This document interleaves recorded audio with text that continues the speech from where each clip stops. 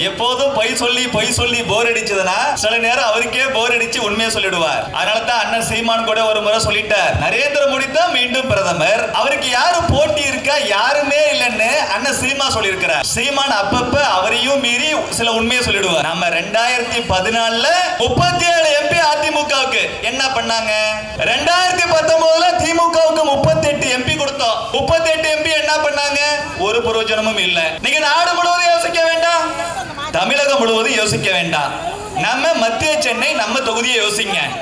2014ல அதிமுகல ஒரு எம்பி இருந்தார், உங்களுக்கு என்ன செஞ்சாரு யோசிச்சு பாருங்க. 2019ல இருந்து இப்ப 24 வரைக்கும் திமுகல ஒரு எம்பி இருக்கிறார், நம்புங்க, சத்தியமா சொல்றேன், அவர் இருக்கிறார். ஆனா நம்ம பார்த்திருக்க மாட்டோம், ஏன்னா அவர் வந்திருக்க மாட்டார். அவர் மிகப்பெரிய பணக்காரரு, செல்வந்தர். ஏழைகள் எப்படி இருந்தா எனக்கு என்னன்னு சொல்லி வரமாட்டார். எவ்வளவு கஷ்டம், எவ்வளவு பணம் ஆயிட போகுது. கோபாலபுரம் குடும்பத்துல கோடி கோடியா கொள்ளடிச்சு வச்சிருக்காங்க, அந்த பணத்தை எடுத்து கொடுத்தாவே போதும். ஏன் ஏழை மக்கள் என்ன ஏழையா இருக்கணுமா? அவங்களுக்கு ஒரு நல்ல வீடு இருக்க கூடாதா, சுகாதாரமான இடம் இருக்க கூடாதா? அப்ப கருணாநிதி இங்க வந்துட்டு மந்திரி, இங்க எம்எல்ஏ, கருணாநிதியோட பேரு தயாநிதி மாறன் எம்பி மந்திரியா இருந்தாரு. இப்ப கருணாநிதியோட இன்னொரு பேரு உதயநிதி, அவரும் மந்திரியா இருக்கிறாரு, அவங்க அப்பா முதலமைச்சரா இருக்கிறாரு. ஆனாலும் கூட இந்த பகுதி முன்னேறவில்லை. திமுக காரங்க என்ன செய்யறாங்க, ரம்ஜான் வருது, முஸ்லிம்க்கு வாழ்த்து சொல்றாங்க, நம்ம அதை போட்டிருக்கிறோம், ஏன்னா நாமளும் வாழ்த்து சொல்றோம். கிறிஸ்துமஸ் வருது, கிறிஸ்தவர்களுக்கு வாழ்த்து சொல்றாங்க, நாம அதை போட்டிருக்கிறோம், நாமும் வாழ்த்து சொல்கிறோம். ஆனால் நமது முழுமுதற் கடவுள், இந்த நாட்டில் 85% மேலே இருக்கக்கூடிய கோடிக்கணக்கான இந்துக்களின் முழுமுதற் கடவுள் விநாயகருக்கு விநாயகர் சதுர்த்தி வரும் பொழுது திமுகவில் ஒருவன் கூட வாழ்த்து சொல்வதில்லை. நீ வாழ்த்து சொல்லாட்டி கூட பரவாயில்ல, நல்லவன் வாழ்த்து சொல்லாட்டி தான் நான் ஃபீல் பண்ணணும். அயோக்கியர்கள் வாழ்த்து எங்களுக்கு தேவையில்லை. என் தெய்வத்தை நீ மதிக்காட்டியும் பரவாயில்ல, ஆனால் அவமரியாதை செய்யாது. இதே தொகுதியில் எம்எல்ஏவாகவும் மந்திரியாகவும் இருக்கக்கூடிய உதயநிதி என்ன செய்யாரு, நம்ம விநாயகர் சதுர்த்திக்கு விநாயகர் சிலை செஞ்சு வச்சிருப்போம்ல, எவ்வளவு வணங்குறோம், இந்துக்களை வணங்குகிறோம், இஸ்லாமிய சகோதர சகோதரிகள் மதிக்கிறார்கள், கிறிஸ்தவ சகோதர சகோதரிகள் மதிக்கிறார்கள். ஆனா அந்த திமுக, குறிப்பா உதயநிதி ஸ்டாலின் அந்த சிலையை எடுத்து கையில வச்சுக்கிட்டு போட்டோ எடுத்து அதை சோசியல் மீடியால போட்டு என்ன தெரியுமா சொல்றாரு, இது சும்மா களிமண் பொம்மை. மிஸ்டர் உதயநிதி, இந்துக்களை மதிக்க வேண்டாம், உங்களுடைய மரியாதையை வாழ்த்தோ எங்களுக்கு தேவையில்லை. ஆனால் தொடர்ந்து நீங்கள் இந்து தெய்வங்களை கொச்சப்படுத்தினால் உங்களுக்கு எப்படி புரிய வேண்டுமோ அப்படி புரிய வைப்பார்கள் வீர இந்து இளைஞர்கள்.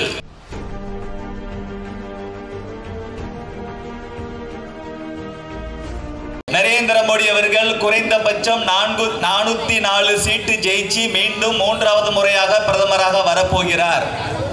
இது எல்லோருக்கும் தெரியும், பாரதிய ஜனதா கட்சியை சார்ந்த எல்லோருக்கும் தெரியும், தேசிய ஜனநாயக கூட்டணியை சார்ந்த எல்லோருக்கும் தெரியும், திமுக, அதிமுக, காங்கிரஸ், கம்யூனிஸ்ட், விடுதலை சிறுத்தைகள், நாம் தமிழர் உள்ளிட்ட எல்லோருக்குமே தெரியும். அதனால தான் அண்ணன் சீமான் கூட ஒரு முறை சொல்லிட்டார், இப்பதான் ஒரு 2 வாரம் இருக்கும், நரேந்திர மோடி தான் மீண்டும் பிரதமர், அவருக்கு யாரும் போட்டி இருக்கா, யாருமே இல்லைன்னு அண்ணன் சீமான் சொல்லியிருக்கிறார். சீமான் அப்பப்ப அவரையும் மீறி சில உண்மையை சொல்லிடுவார். எப்போதும் பொய் சொல்லி போர் அடிச்சதுன்னா சில நேரம் அவருக்கே போர் அடிச்சு உண்மையை சொல்லிடுவார். அண்ணன் சீமான் போன்ற அரசியல் கட்சி தலைவர்கள் மட்டுமல்லாமல் அமர்த்தியா சென் என்று ஒரு மிகப்பெரிய பொருளாதார அறிஞர், அவரை வந்துட்டு நோபல் பிரைஸ் வாங்கினவர் பொருளாதாரத்துக்கு, அவரு சொல்லிட்டார், இந்த திமுக, காங்கிரஸ் இந்த கட்சிகள்லாம் சேர்ந்து இண்டி கூட்டணின்னு ஒரு கூட்டணி ஆரம்பிச்சிருக்கிறாங்களே, அந்த கூட்டணி ரொம்பவும் பலமிழந்து இருக்கிறது என்று பொருளாதார அறிஞரே சொல்லியிருக்கிறார். நாடு முழுவதும் இருக்கக்கூடிய எல்லா கருத்து கணிப்புகளுக்கும் என்ன சொல்லுது, ஒரு கருத்து கணிப்பு கூட விடாம கண்டிப்பா நரேந்திர மோடி தான் மீண்டும் பிரதமர். என்ன சில கருத்து கணிப்பு 450ங்கிறான், சில கருத்து கணிப்பு 420ங்கிறா, சில கருத்து கணிப்பு 400ன்றா. எனக்கு தெரிஞ்சு ஒரே ஒரு கருத்து கணிப்பு 398. உடனே இந்த திமுக, கம்யூனிஸ்ட், காங்கிரஸ்லாம் நரேந்திர மோடி பாத்தீங்களா, நரேந்திர மோடிக்கு தோல்வி தோல்வி தோல்வி.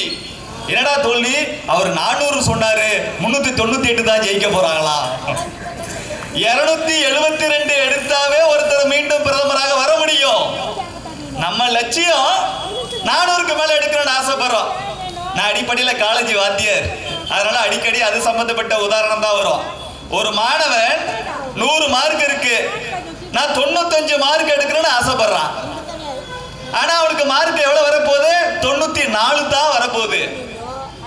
அடிப்படையா பாஸ் மார்க் எவ்வளவு? 35. 35 எடுக்க வேண்டிய ஒருத்தன் வெறும் 15 தான் எடுக்கிறான். ஆனா 95 எடுப்பேன்னு சொன்ன ஒருத்தன் 94 தான் எடுக்க போறான்னு கருத்து கணிப்பு சொன்னா தோல்வி தோல்வி தோல்விங்கிறான். அந்த மாதிரி தான் திமுக, காங்கிரஸ், கம்யூனிஸ்ட் எல்லாம் இருப்பது. மாற்று கருத்தே இல்லை. மாபெரும் தலைவராக உயர்ந்து நிற்கக்கூடிய, இந்தியாவிற்கான தலைவராக மட்டுமில்லாமல் ஐநா சபையில 193 நாடுகள் இருக்கின்றன. உலகம் முழுவதும் கிட்டத்தட்ட 250 நாடுகள் இருக்கின்றன. ஒட்டுமொத்த உலகத்திற்கே தலைவராக உயர்ந்து நிற்கக்கூடிய உத்தம தலைவர் நரேந்திர மோடி தான் மீண்டும் பாரத பிரதமர். No doubt. 2 முறை நல்லாட்சி செஞ்சு சிறப்பா செயல்பட்டு இருக்கக்கூடிய நரேந்திர மோடிக்கு நாட்டில் இருக்கக்கூடிய எல்லா மாநிலங்களில மக்களும் நிறைய ஆதரவு கொடுக்கிறாங்க. நம்ம 2014 அதிமுகவை நம்பி மோடிக்கு ஓட்டு போடாம விட்டுட்டோம், அதிமுகவுக்கு ஓட்டு போட்டோம். 37 எம்பி அதிமுகவுக்கு. என்ன பண்ணாங்க? ஒரு பிரயோஜனமும் இல்லை தமிழகத்துக்கு. 2019 திமுகவுக்கு 38 எம்பி கொடுத்தோம், பிஜேபிக்கு ஒரு எம்பியும் இல்ல. 38 எம்பி என்ன பண்ணாங்க? ஒரு பிரயோஜனமும் இல்ல. மறுபடியும் 3வது முறையாக நரேந்திர மோடி தான் ஆட்சிக்கு வர போகிறார். நீங்க நாடு முழுவதும் யோசிக்க வேண்டாம், தமிழகம் முழுவதும் யோசிக்க வேண்டாம். நம்ம மத்திய சென்னை நம்ம தொகுதியை யோசிங்க. 2014 அதிமுக ஒரு எம்பி இருந்தார், உங்களுக்கு என்ன செஞ்சாருன்னு யோசிச்சு பாருங்க. 2019 இருந்து இப்ப 24 வரைக்கும் திமுக ஒரு எம்பி இருக்கிறார், நம்புங்க, சத்தியமா சொல்றேன், அவர் இருக்கிறார். ஆனா நம்ம பார்த்திருக்க மாட்டோம், ஏன்னா அவர் வந்திருக்க மாட்டார். அவர் மிகப்பெரிய பணக்காரரு, செல்வந்தர். ஏழைகள் எப்படி இருந்தா எனக்கு என்னன்னு சொல்லி வரமாட்டார். இப்ப 10 வருஷமா ஒரு முறை அதிமுகவுக்கு, இன்னொரு முறை திமுகவுக்கு கொடுத்து ஒண்ணும் பயன் இல்ல. ஆனா மறுபடியும் 3வது முறை யார் பிரதமரா வர போறார்? நரேந்திர மோடி தான் வர போறார். அப்ப நம்ம இந்த முறை என்ன செய்யணும்? 2014 அதிமுகவுக்கு ஓட்டு போட்டோம், மோடி பிரதமரா வந்தார். இங்க எம்பி நல்ல எம்பியா இல்லங்கிறதால நமக்கு பயன் இல்ல. 2019 மீண்டும் நரேந்திர மோடி பிரதமராக வந்தார், திமுகவுக்கு ஓட்டு போட்டோம், எம்பி சரியில்லாத எம்பி, அதனால நமக்கு பயன் இல்ல. இப்ப 2024 மறுபடியும் நரேந்திர மோடி தான் பிரதமராக வரப்போகிறார். இந்த முறையாவது நரேந்திர மோடியோட ஆசி பெற்ற ஒருத்தர் எம்பியா வந்தா தான் நரேந்திர மோடிக்கு நல்லது நினைக்காதீங்க, நமக்கு நல்லது. ஏன்னா 2014 19 நரேந்திர மோடிக்கு நம்ம இங்க எம்பி கொடுக்காமவே அவர் பிரதமரா வந்துட்டார். மறுபடியும் இந்த முறை தமிழ்நாட்டு கணக்கு இல்லாமவே 404 சீட்டு நரேந்திர மோடி ஜெயிக்க போகிறார். இந்த பகுதி பெரியவர்கள் தாய்மார்கள்ட்ட ஒரே ஒரு வேண்டுகோள், இந்த முறையாவது நமக்கு உதவி செய்யக்கூடிய, நமக்கு நல்லது செய்யக்கூடிய, நம்மளோட இன்ப துன்பங்கள்ல நம்ம கூட வந்து நிக்கக்கூடிய நரேந்திர மோடியோட ஆசி பெற்ற தாமரை சின்னத்தில் நிக்கக்கூடிய வினோத் பி செல்வம் அவர்களுக்கு தாமரை சின்னத்தில் வாக்களிக்க வேண்டும். அவருக்கு தாமரை சின்னத்தில் வாக்களித்து லட்சக்கணக்கான வாக்குகள் வித்தியாசத்துல வெற்றி பெற செய்யும் பொழுது தயாநிதி மாறன் போல இங்கே கும்முடி பூண்டி தாண்டி போகாம இங்கே இருக்க மாட்டார். அதிமுக வேட்பாளர் போல சும்மா இருக்க மாட்டார், அடிக்கடி டெல்லிக்கு போவார், நரேந்திர மோடியை நேரடியாக சந்திப்பார். எங்க சேப்பாக்கம் தெருவழிக்கடியில இங்க துலுக்கானத்தம்மன் கோயிலுக்கு பக்கத்துல எங்க மக்களுக்கு இந்த அடிப்படை தேவைலாம் இருக்கு, நீங்க செஞ்சு கொடுங்கன்னு கேட்டு வாங்கிட்டு வருவார். பெருமக்களே, நான் 2003 21 வருஷத்துக்கு முன்னாடி இந்த சேப்பாக்கம் திருவள்ளிக்கடிக்கு வந்தேன். நான் அன்னைக்கு எப்படி பார்த்தேன்னா அப்படியே இருக்கு இந்த ஏரியா. 21 வருஷமா இந்த ஏரியால முன்னேற்றம் இல்ல. இந்த ஏரியால யாரெல்லாம் எம்எல்ஏவா இருந்தது, யாரெல்லாம் எம்பி, யார் முதலமைச்சரா இருந்தார்? கருணாநிதியை மதிக்கிற மூத்த தலைவர் கருணாநிதி அவர்களுக்கு எம்எல்ஏ இருந்து முதலமைச்சராக இருந்தார்ல, இந்த தொகுதி எப்படி இருந்திருக்கணும்? தமிழ்நாட்டில் இருக்கக்கூடிய 234 சட்டமன்ற தொகுதிக்கும் இந்த தொகுதி ஒரு முன்னுதாரணமா இருந்திருக்கணுமா இல்லையா? ஆனா அப்படியா இருக்கு. கருணாநிதியோட பேரு உதயநிதி இன்னைக்கு எம்எல்ஏ, உதயநிதி இன்னைக்கு மந்திரி. ஆனா இந்த ஏரியா எப்படி இருக்கு? எத்தனை ஸ்லம் ஏரியா? ஏன் உங்களால ஹவுசிங் போர்டு கட்டி கொடுக்க முடியாதா? எவ்வளவு காசு, எவ்வளவு பணம் ஆயிட போகுது? கோபாலபுரம் குடும்பத்துல கோடி கோடியா கொள்ளடிச்சு வச்சிருக்காங்க. அந்த பணத்தை எடுத்து கொடுத்தாவே போதும். ஏன் ஏழை மக்கள் என்ன ஏழையா இருக்கணுமா? அவங்களுக்கு ஒரு நல்ல வீடு இருக்க கூடாதா? சுகாதாரமான இடம் இருக்க கூடாதா? அப்ப கருணாநிதி இங்க வந்துட்டு மந்திரி, இங்க எம்எல்ஏ, கருணாநிதியோட பேரு தயாநிதி மாற எம்பி மந்திரியா இருந்தாரு. இப்ப கருணாநிதியோட இன்னொரு பேரு உதயநிதி, அவரும் மந்திரியா இருக்கிறாரு. அவங்க அப்பா முதலமைச்சரா இருக்கிறாரு. ஆனாலும் கூட இந்த பகுதி முன்னேறவில்லை. அப்ப நீங்க முன்னேறாம இருக்கிறதுக்கு, உங்க பகுதி முன்னேறாம இருக்கிறதுக்கு காரணம் இந்த திமுக திமுக திமுக. அப்ப நாம என்ன செய்யணும்? இத்தனை வருஷமா இவங்களுக்கு ஓட்டு போட்டுட்டோம், ஒரு நல்லதுமே நடக்கல. நல்லது நடக்கணும்னா யாரு நமக்கு நல்லது செய்வோம்னு சொல்றாங்களோ, யாருக்கு நம்ம இதுவரைக்கும் வாய்ப்பு கொடுக்கலையோ அவங்களுக்கு கொடுக்கணும். முறையா சொல்றேன், இந்த ஒரு முறை மத்திய சென்னை தொகுதியில் இருக்கக்கூடிய அத்தனை மக்களும் தாமரை சின்னத்துக்கு வாக்களியுங்கள். அடுத்த முறை நாங்க உங்கள்கிட்ட ஓட்டு கேட்க வேண்டிய அவசியமே இருக்காது. ஏன்னா உங்களுக்கே தெரியும், இங்கே குடிசை வீடுகள் இருக்காது, மக்களுக்கு அடிப்படை தேவையில எந்த பிரச்சனையும் இருக்காது. உங்களுக்கு ஒரு கஷ்டம் நஷ்டம்னா உடனே ஓடோடி வந்து நிற்பார் பிஜேபி எம்பி. தயவு செய்து இந்த பகுதியோட மேம்பாட்டிற்காகவும், உங்களுடைய நலனுக்காகவும், உங்களுடைய பிள்ளைகளுடைய எதிர்காலத்திற்காகவும் நீங்கள் தாமரை சின்னத்திற்கு ஓட்டு போட வேண்டும். பெருமக்களே, இந்த மாசத்துல 3 முக்கியமான விஷயங்கள், தினங்கள். ஒன்று, சகோதரி உட்கார்ந்து இருக்கிறாங்க, ரம்ஜான். இப்பதான் 2-3 நாளைக்கு முன்னாடி முடிஞ்சது. நரேந்திர மோடி அவர்கள் ரம்ஜானுக்கு வாழ்த்து சொன்னார். அப்படியே ஒரு Facebookல பாருங்க, ட்விட்டர்ல பாருங்க, இன்ஸ்டாவில பாருங்க. கடந்த பல வருடங்களாக பாஜகவுடைய அகில இந்திய தலைவர்கள் அத்தனை பேருமே ரம்ஜானுக்கு வாழ்த்து சொல்கிறார்கள். அப்படியே கிறிஸ்துமஸ் கூட வரும், பாஜகவுடைய தலைவர்கள் எல்லாமே கிறிஸ்துமஸுக்கு வாழ்த்து சொல்லுவா. நரேந்திர மோடி வாழ்த்து சொன்னார். வாராது வந்த மாமணியாக தமிழக அரசியலுக்கு வந்திருக்கக்கூடிய தலைவர் அண்ணாமலை அவர்களும் வாழ்த்து சொன்னார். ரம்ஜான் வாழ்த்துக்கள். வீர திருநாவுக்கரசு ஆகிய பாரதிய ஜனதா கட்சியின் சாதாரண தொண்டனாகிய நானும் கூட என்னோட சோசியல் மீடியால வாழ்த்து சொல்லியிருக்கிறேன்.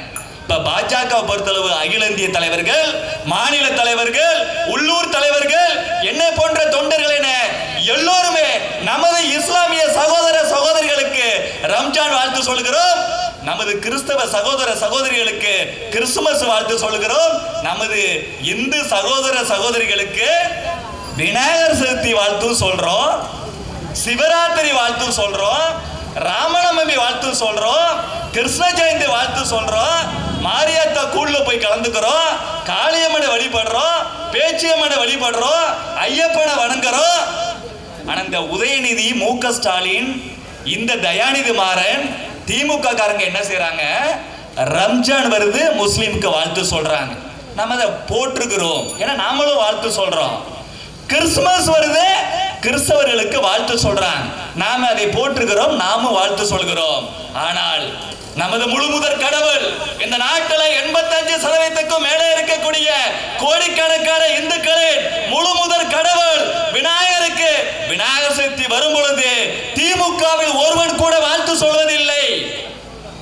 நீ வாழ்த்து சொல்லாட்டி கூட பரவாயில்ல, நல்லவன் வாழ்த்து சொல்லாட்டி தான் நான் ஃபீல் பண்ணணும். அயோக்கியர்கள் வாழ்த்து எங்களுக்கு தேவையில்லை.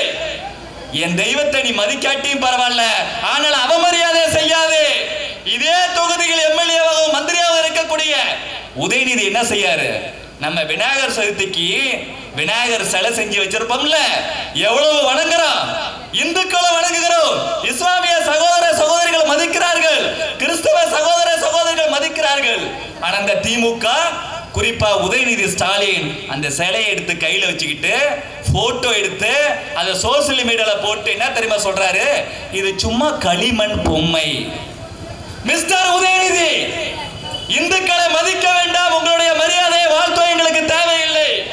ஆனால் தொடர்ந்து நீங்கள் இந்து தெய்வங்களை கொச்சப்படுத்தினால் உங்களுக்கு எப்படி புரிய வேண்டுமோ அப்படி புரிய வைப்பார்கள் வீர இந்து இளைஞர்கள்.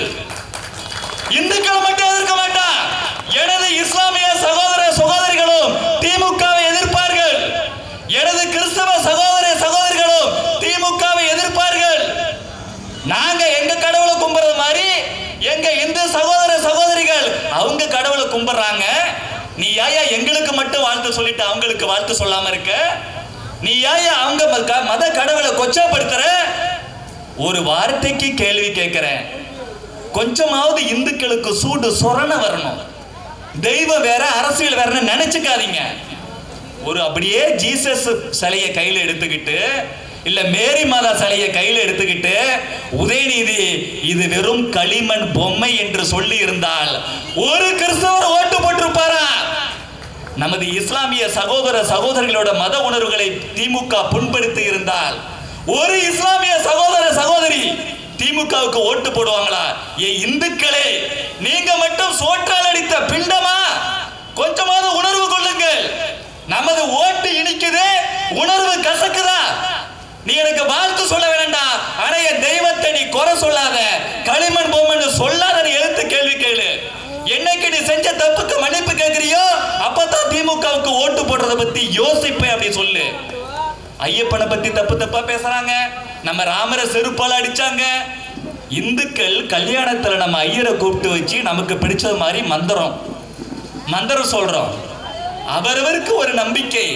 உனக்கு பிடிச்சா நீ எப்படியோ கல்யாணம் பண்ணி இல்ல ஓடி போய் கல்யாணம் பண்ணிக்காத. உன் குடும்பத்துக்கே சொந்தமானது எப்படி இருந்துட்டு போ. நீ யாரு எங்களோட மந்திரத்தை கொச்சப்படுத்தி பேசுறதுக்கு? யாராச்சும் ஒரு இந்து வந்து உன்னை கட்டாயப்படுத்தினானா? திமுக இருக்கக்கூடிய அந்த கோபாலபுர குடும்பம் நீங்க ஐயரை வச்சுதான் மந்திரம் சொல்லித்தான் கல்யாணம் பண்ணணும் நாங்க சொல்லியிருக்கிறோமா? இல்லையே. ஆனா கோயில்ல வந்து இந்த மாதிரி சொல்லுது திமுக குடும்பம். அப்படிப்பட்ட திமுகவுக்கு இந்துக்களும் ஓட்டு போடக்கூடாது, நமது இஸ்லாமிய சொந்தங்களும் ஓட்டு போடக்கூடாது, நமது கிறிஸ்தவ சொந்தங்களும் ஓட்டு போடக்கூடாது. ஆனா பாரதிய ஜனதா கட்சியை மதவாத கட்சி என்கிறார்கள். நாங்கள் முஸ்லிமுக்கும் வாழ்த்து சொல்லுவோம், கிறிஸ்தவர்களுக்கும் வாழ்த்து சொல்லுவோம், இந்துக்களுக்கும் வாழ்த்து சொல்லுவோம். உண்மையான மதசார்பற்ற கட்சி, எல்லா மதங்களையும் சமமாக மதிக்கக்கூடிய ஒரே கட்சி பாரதிய ஜனதா கட்சி. அந்த நல்ல கட்சியை நாம் ஆதரிக்க வேண்டும். அடுத்தது சித்திரை 1 புத்தாண்டு. அனைவருக்கும் புத்தாண்டு வாழ்த்துக்கள். நமது பாட்டம் பூட்ட நமது முன்னோர்கள் ஆயிரம் ஆண்டுகளாக சித்திரை 1 தான் தமிழர்களின் புத்தாண்டு. ஆனந்த திமுக என்ன சொல்லுது? சித்திரை 1 தமிழரோட புத்தாண்டு வாழ்த்து சொல்லுவதில்லை. இவர்கள் ஆங்கிலேய அடிமைகள். ஜனவரி 1க்கு ஹாப்பி நியூ இயர்னு சொல்லக்கூடிய திமுக காரனுக்கு யாயா சித்திரை 1 சொல்ல தெரியல? ஜனவரி 1 உன்னால மாத்த முடியுமா?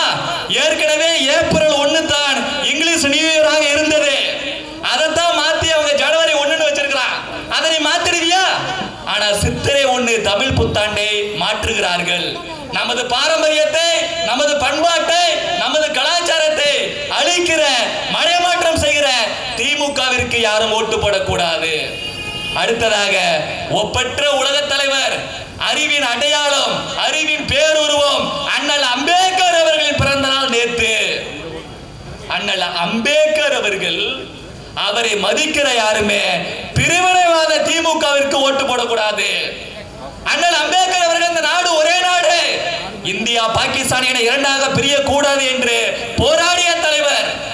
இந்த நாட்டை காப்பாற்றுவதற்காக நான் எனது உயிரையும் கொடுப்பேன் என்று சத்தியம் செய்கிறேன் என்று சொன்னவர் மாபெரும் தலைவர் அம்பேத்கர். எனக்கு தெரிஞ்சு அம்பேத்கர் ஆயிரக்கணக்கான பக்கங்கள் எழுதியிருக்கிறார். ஒரே ஒரு இடத்துல மட்டும்தான் சத்தியம் செய்கிறார். சொல்றார், இந்த நாட்டை காப்பாற்றுவதற்காக நான் எனது உயிரையும் கொடுப்பேன் என்று சத்தியம் செய்கிறேன். நாட்டுப்பற்று அவ்வளவு. நாட்டின் நலனை எப்போதும் என் நெஞ்சில் குடிக்கொண்டு வந்திருக்கிறது. நாட்டு நலனை பொறுத்தவரை நான் மகாத்மா காந்திக்கு 200 மைல் முன்னதாக நிற்கிறேன் என்கிறார் அண்ணல் அம்பேத்கர் அவர்கள். தேசிய ஒற்றுமையை, மக்கள் ஒற்றுமையை விரும்புகிற அத்தனை மக்களும் அண்ணல் அம்பேத்கர் வழியில் நடக்கக்கூடிய நரேந்திர மோடி அவர்களுக்கு தான் வாக்களிக்க வேண்டும். பிரிவினை பேசுகிற திமுகவிற்கு ஓட்டு போடக்கூடாது. அண்ணல் அம்பேத்கரை போட்டுகிற அத்தனை பேரும் காங்கிரஸ் கட்சிக்கு ஓட்டு போடக்கூடாது. காங்கிரஸ் யாரு கூடலாம் கூட்டணியில் இருக்கிறாங்களோ அவங்களுக்கும் ஓட்டு போடக்கூடாது. ஏன்? காங்கிரஸ் கட்சிக்காரர்கள் மக்களை ஒடுக்குபவர்கள், மக்களின் ரத்தத்தை உறிஞ்சுபவர்கள், ஏழை நலன் என்று உதட்டளவில் பேசிக்கொண்டு மக்களை ஏமாற்றுபவர்கள். அவர்கள் விஷயத்தில் மக்கள் எச்சரிக்கையாக இருக்க வேண்டும் என்று சொன்னதே அண்ணல் அம்பேத்கர். காங்கிரஸ் கட்சிக்காரங்க மக்களை ஒடுக்குகிறார்கள், மக்களின் ரத்தத்தை உறிஞ்சுகிறார்கள், ஏமாற்றுகிறார்கள் என்று சொன்னவர் அண்ணல் அம்பேத்கர். இன்னைக்கு எப்படி எலெக்ஷன் நடக்குது?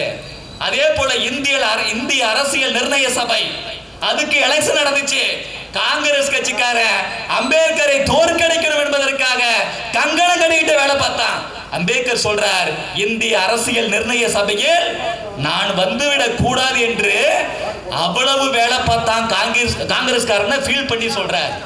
தாழ்த்தப்பட்ட மக்கள்ல ஒருத்தர் கூட அரசியலமைப்பு நிர்ணய சபையில் நுழைந்து விடக் கூடாது என்று உறுதி கொண்டிருந்தனர் காங்கிரஸ் கட்சிக்காரங்க அப்படின்றார். தாழ்த்தப்பட்ட மக்களுக்கும் அண்ணல் அம்பேத்கர் அவர்களுக்கும் துரோகம் செய்த கட்சி காங்கிரஸ் கட்சி. அந்த காங்கிரஸ் கட்சியோட ஆதரவு பெற்று இந்த திமுகவிற்கு இந்த தேர்தலில் மட்டுமில்ல, இனி எந்த தேர்தலிலும் நாம் ஓட்டு போடக்கூடாது. கம்யூனிஸ்ட் கட்சிக்காரனும் அம்பேத்கரை விரும்பினா கம்யூனிஸ்ட் கட்சிக்காரனுக்கும் ஓட்டு போடக்கூடாது. அண்ணல் அம்பேத்கர் சொல்லுகிறார், நான் கம்யூனிஸ்டுகளின் பரம்பரை எதிரி. இன்னைக்கு நேத்து இல்லடா, நான் கம்யூனிஸ்டுகளின் பரம்பரை எதிரின்னு அம்பேத்கர் சொல்லுகிறார். அண்ணல் அம்பேத்கர் சொல்லுகிறார்கள், கம்யூனிஸ்டுகள் என்பவர்கள் தங்களின் அரசியல் நோக்கத்திற்காக தொழிலாளர்களை சுரண்டுபவர்கள். அதனால நான் கம்யூனிஸ்டுகளின் பரம்பரை எதிரி என்று அண்ணல் அம்பேத்கர் சொல்லுகிறார். அப்ப அண்ணல் அம்பேத்கரை வணங்கக்கூடிய, அவர் வழியில் நடக்கக்கூடிய யாராக இருந்தாலும் திமுகவுக்கு ஓட்டு போடக்கூடாது, காங்கிரசுக்கு ஓட்டு போடக்கூடாது, கம்யூனிஸ்டுக்கு ஓட்டு போடக்கூடாது, ஒட்டுமொத்தமா இந்த தயாநிதி மாறனுக்கு ஓட்டு போடக்கூடாது. அண்ணல் அம்பேத்கர் அவர்களால் தான், அவர் ஏற்றி கொடுத்த அரசியலமைப்பு சட்டத்தால் தான் நான் இன்று பிரதமராக இருக்கிறேன் என்று சொல்லிய நரேந்திர மோடி அவர்களுக்கு தான் ஓட்டு போட வேண்டும். நரேந்திர மோடி ஆதரவு பெற்ற தாமரை சின்னத்துக்கு தான் ஓட்டு போட வேண்டும். இந்த பகுதி வாழ் அம்பேத்கரை நேசிக்கக்கூடிய மக்களுக்கு ஒரு விஷயம் சொல்றேன். நாடு முழுவதும் அண்ணல் அம்பேத்கர் அவர்களுக்கு திருவுருவ சிலைகள் உண்டு. ஒவ்வொரு சிலையும் அப்படியே நிற்பாரு, புத்தகத்தை கையில வச்சிருப்பாரு, அவ்வளவுதான். அண்ணா டெல்லியில் அண்ணல் அம்பேத்கருக்கு நரேந்திர மோடி ஒரு சிலை கட்டியிருக்கிறார், பிரம்மாண்டமான சிலை. அந்த சிலை எப்படி தெரியுமா இருக்கும்? இந்தியாவிலேயே வேறு எங்கும் இல்லாத அளவுக்கு புரட்சி கதாநாயகர், புரட்சியாளர் அண்ணல் அம்பேத்கர் அவர்கள் கால் மேல கால் போட்டுக்கிட்டு கெத்தா நிக்கிற மாதிரி சிலை கட்டினா நரேந்திர மோடி. நம்ம போய் நின்னோம்னா அந்த சிலையோட பாதத்தை மட்டும் தான் தொட முடியும். ஏன்னா அப்படிப்பட்ட ஒரு உலக தலைவன், அறிவு ஜீவி, அவரோட பாதத்தை தரிசனம் செய்வதற்கு மட்டும்தான் நமக்கு தகுதி இருக்கிறது என்பதை குறிப்பால் உணர்த்துகிறார் நரேந்திர மோடி அவர்கள். இப்படி நல்ல வழியில் அரசாங்கம் நடத்தக்கூடிய, நல்ல தலைவர்கள் காட்டிய வழியில் அரசாங்கம் நடத்தக்கூடிய நரேந்திர மோடி அவர்களை ஆதரிக்க வேண்டும். இந்த 10 ஆண்டுகள் அவர் என்ன செஞ்சிருக்கிறார்? பெருமக்களே, நிறைவாக 5 நிமிடங்களை முடிச்சிடுறேன்.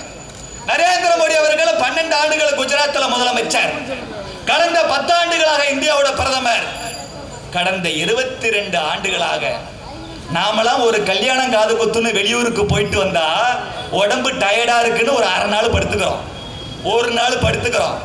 இல்ல டெய்லி வேலைக்கு போனோம்னா வாரத்துக்கு ஒரு நாள் லீவ் போட்டுக்கிறோம். ஏன்னா உடம்பு வலிக்கும்ல, மனசு ஒரு மாதிரியா இருக்கும்ல, லீவ் போடுறோம்ல. 12 வருஷம் சிஎம், 10 வருஷம் பிரதமர், 22 வருஷமா அவரை கேள்வி கேட்க ஆள் இல்ல. உச்சபட்ச அதிகாரம் கொண்ட முதலமைச்சர் பிரதமர் பதவி. அப்படி இருந்தும் கூட கடந்த 22 வருடங்களாக ஜோரம் தலைவலின்னு சொல்லி ஒரு நாள் கூட லீவ் போடாம நாட்டுக்காகவும் நாட்டு மக்களுக்காகவும் அல்லும் பகலும் அயராது உழைத்துக் கொண்டிருக்கிற ஒரே உலக தலைவர் நரேந்திர மோடி. இந்த உலகத்துல அப்படி யாருமே இல்ல. ஒரு நாளைக்கு வெறும் 3.5 மணி நேரங்க தூக்கம். எதுக்காக? பொண்டாட்டியா, புள்ளையா, சொந்தக்காரனா, எதையும் பார்க்கல. இந்த நாட்டில் இருக்கக்கூடிய 140 கோடி பேரும் என் பிள்ளைகள் நினைச்சு இப்படி ராப்பகலா உழைக்கிற ஒரு உத்தம தலைவனை எங்கேயாச்சும் உண்டா? அப்படிப்பட்ட தலைவனை நாம் ஆதரிக்க வேண்டும். 22 வருஷமா பதவியில் இருக்கிறார், ₹1 ஊழல் கிடையாது. ஒரே ஒரு முறை இந்த காங்கிரஸ் கட்சி அவர் மேல ஊழல் குற்றச்சாட்டு வச்சு சுப்ரீம் கோர்ட்டுக்கு போனா, முடிச்சிடுறேன். சுப்ரீம் கோர்ட்டுக்கு போனா கோர்ட் என்ன தெரியுமா சொல்லுது? யாரை பார்த்து ஊழல் குற்றச்சாட்டு வைக்கிறாய்? நரேந்திர மோடி ஊழலுக்கு நெருப்பு போன்ற எதிரி, ஊழலில் வாசமே படாத தலைவர் அவர். சாதாரண கவுன்சிலரே கோடிக்கணக்கா கொள்ளடிக்கக்கூடிய இந்த காலகட்டத்தில் 22 வருஷமா உச்சபட்ச பதவியில் இருந்து கூட ₹1 கூட ஊழல் செய்யாத தலைவர் நரேந்திர மோடி. ஆனால் திமுக அப்படி அல்ல, காங்கிரஸ் அப்படி அல்ல. சொன்ன வாக்குறுதி எதையும் சொன்னபடி செஞ்சதில்லை. நரேந்திர மோடி சொன்ன நல்ல விஷயங்கள் எல்லாம் செய்திருக்கிறார், சொல்லாத நல்ல விஷயங்கள் எல்லாம் செய்து கொண்டிருக்கிறார். மென்மேலும் நல்லாட்சி தொடர வேண்டுமானால் உங்களது குடும்பமும் உங்களது பகுதியும் உங்களது எதிர்காலமும் உங்களது வருங்கால தலைமுறையும் செழித்த நல்ல வாழ்க்கை வாழ வேண்டும். நமது நாடு தொடர்ந்து முன்னேற வேண்டுமானால் உலகில் மிகச்சிறந்த வல்லரசு நாடாக நரேந்திர மோடி இந்த நாட்டை மாற்றி காட்டுவார். அவருக்காக நாம் அனைவரும் தாமரை சின்னத்தில் வாக்களிக்க வேண்டும், தாமரை சின்னத்தில் வாக்களிக்க வேண்டும், தாமரை சின்னத்தில் வாக்களிக்க வேண்டும். நீங்க வாக்களிப்பது போலவே இன்னும் 2 நாட்களில் உங்களுக்கு தெரிந்த ஒரு 100 பேரை நேரில் சந்தித்தோ தொலைபேசியில் உரையாடியோ நரேந்திர மோடிக்காக இங்க இருக்கிற வேட்பாளர் யாரு அங்க இருக்கிற வேட்பாளர்னா பார்க்காதீங்க. இதுல மீடியாவில் பார்க்கக்கூடிய நண்பர்களுக்கு ஒரு வேண்டுகோள், நீங்க உங்க தொகுதியில தாமரை சின்னம் நின்னால் தாமரை சின்னத்திற்கும், அங்கே பாட்டாளி மக்கள் கட்சி நின்னால் அங்கே நீங்க மாம்பழம் சின்னத்திற்கும், அங்கே அமமுக நின்னா குக்கர் சின்னத்திலும், தமாக நின்னா சைக்கிள் சின்னத்திலும், ஐயா ஓபிஎஸ் அவர்களுக்கு பலாப்பழம் சின்னத்திலும் வாக்களித்து இந்த நீங்க யாருக்கு ஓட்டு போட்டாலும், நான் சொன்ன யாருக்கு ஓட்டு போட்டாலும் அது ஸ்ட்ரெயிட்டா டெல்லிக்கு நரேந்திர மோடிக்கு போகும். மீண்டும் நரேந்திர மோடி தான் பிரதமராக வரப்போகிறார். நம்ம நாடு உலகின் நம்பர் 1 நாடாக வரப்போகுது. நமது நாடு நன்றாக இருக்கும், நமது வீடு செழிக்கும், உங்களது வருங்கால தலைமுறை நன்றாக இருக்கும். அதற்காக ஆதரிப்பீர். தாமரை தாமரை தாமரை.